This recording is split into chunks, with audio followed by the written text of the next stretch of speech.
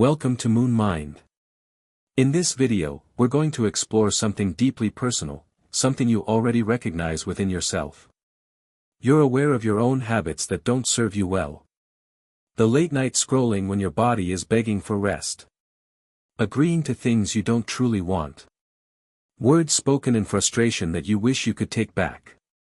Choosing distractions that numb you instead of actions that truly heal. You've likely tried to change these patterns. Maybe more than once. And yet, they keep coming back. There's a reason for that.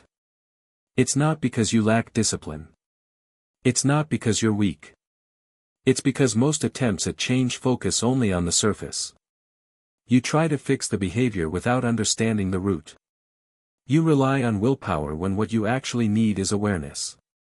You battle the pattern without ever learning why it exists in the first place. In this video, you're going to discover what truly gives rise to these patterns. And more importantly, how they begin to dissolve once you see them clearly. You'll understand why what you do in private shapes your life more than what you show in public. How setting boundaries doesn't restrict you, it actually creates freedom. Why your words can either drain your energy or restore it. And most importantly, you'll learn practical steps that work when everything else has failed. These insights are rooted in the teachings of Buddhism. A system of wisdom that has guided millions of people for over 2,500 years. Let's be clear about one thing before we go further. There is nothing wrong with you. You are not broken. You've simply been using methods that were never designed to work. Once you begin to understand what truly works, change doesn't feel forced anymore. It begins to happen naturally. Take a moment to settle in. Get comfortable. And if you feel like it, share in the comments where you're listening from. Now here's something important. The peace you're searching for is not something you have to earn. It's not something you need to achieve. It's already within you, quietly waiting to be recognized. There's a pattern that runs through nearly every human life, so familiar that we rarely question it.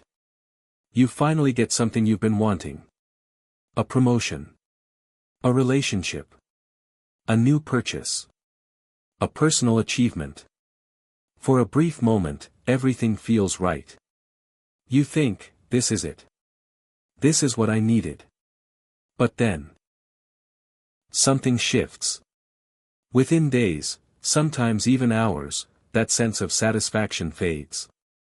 The restlessness returns. And you find yourself searching again. You might convince yourself that you just need the next goal. The next upgrade. The next experience. Or maybe a different thought appears. What's wrong with me? Why can't I just feel content? Why is nothing ever enough? These are not new questions. Over 2,500 years ago, Gautama Buddha dedicated years of his life to understanding this exact struggle, not as an abstract idea, but as something deeply personal. He had everything people strive for, comfort, status, wealth, and still felt an underlying sense of dissatisfaction. What he discovered changed everything. And it may not be what you expect. He didn't conclude that desire itself is the problem. He didn't say you should stop wanting things. Instead, he saw something much more subtle. We are searching for the right thing. But in the wrong place. Every human being longs for peace. For fulfillment. For relief from that inner restlessness. There's nothing wrong with that desire. In fact, it's completely natural. The problem isn't what you want. It's where you're trying to find it. Let's bring this into everyday life. Think about how often you reach for your phone. Not always because there's something important waiting, but because of a feeling. A slight emptiness. A restlessness. A need for something to change. The phone offers a promise. Maybe this time there will be a message. A notification. Something that makes you feel noticed, valued, connected. And sometimes, it delivers. You feel a brief sense of relief. A small lift inside your chest. For a moment, you feel like you matter. But it doesn't last. Soon enough, the same feeling returns, and your hand reaches for the phone again. This is what can be described as a cycle of compensation. It feels like satisfaction, but it's actually just temporary relief from discomfort. And here's the deeper truth. The more you rely on something external to soothe that discomfort, the stronger that discomfort becomes. The more you look for validation, the more dependent you become on it. The more you depend on it, the less stable you feel without it. It's like trying to quench your thirst with salt water. It may feel like relief for a moment, but it ultimately makes the thirst worse. And once you begin to see this clearly, you'll notice it everywhere. Work can become a form of compensation. You achieve something, feel good briefly, and then immediately need the next success to maintain that feeling. Relationships can become compensation. You depend on others to feel worthy or lovable. And when they don't meet that expectation, it creates frustration or pain.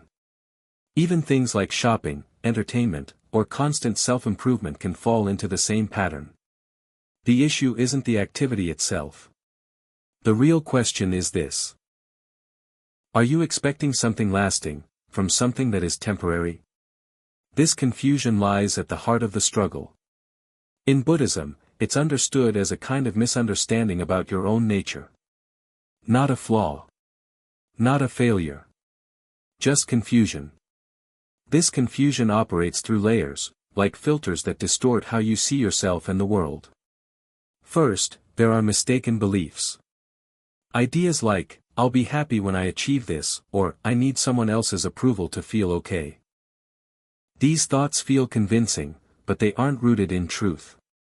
Then come emotional habits, constantly chasing what you don't have, resisting what you do have, and ignoring what doesn't seem useful for your happiness.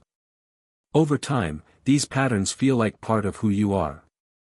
But they are learned, and they can be unlearned. Then there are your actions. The automatic behaviors you repeat every day. Scrolling. Overworking.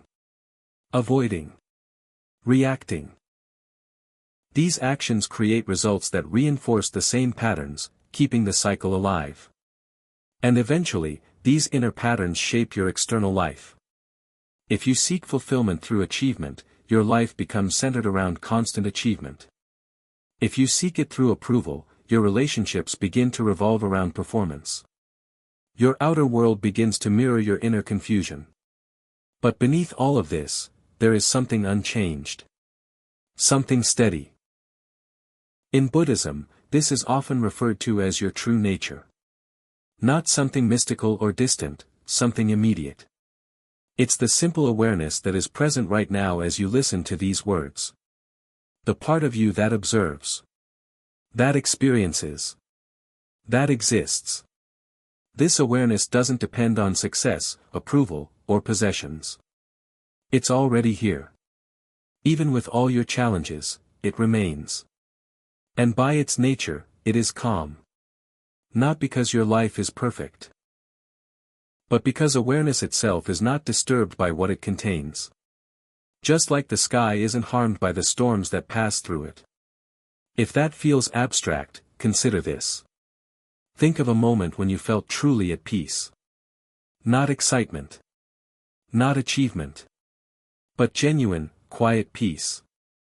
Maybe it was watching the sunrise. Sitting alone in silence. Or those brief moments just before sleep. In those moments, nothing new was added to your life. You didn't gain anything. You simply stopped searching. And in that absence of seeking, peace was already there. This is the essence of a powerful insight.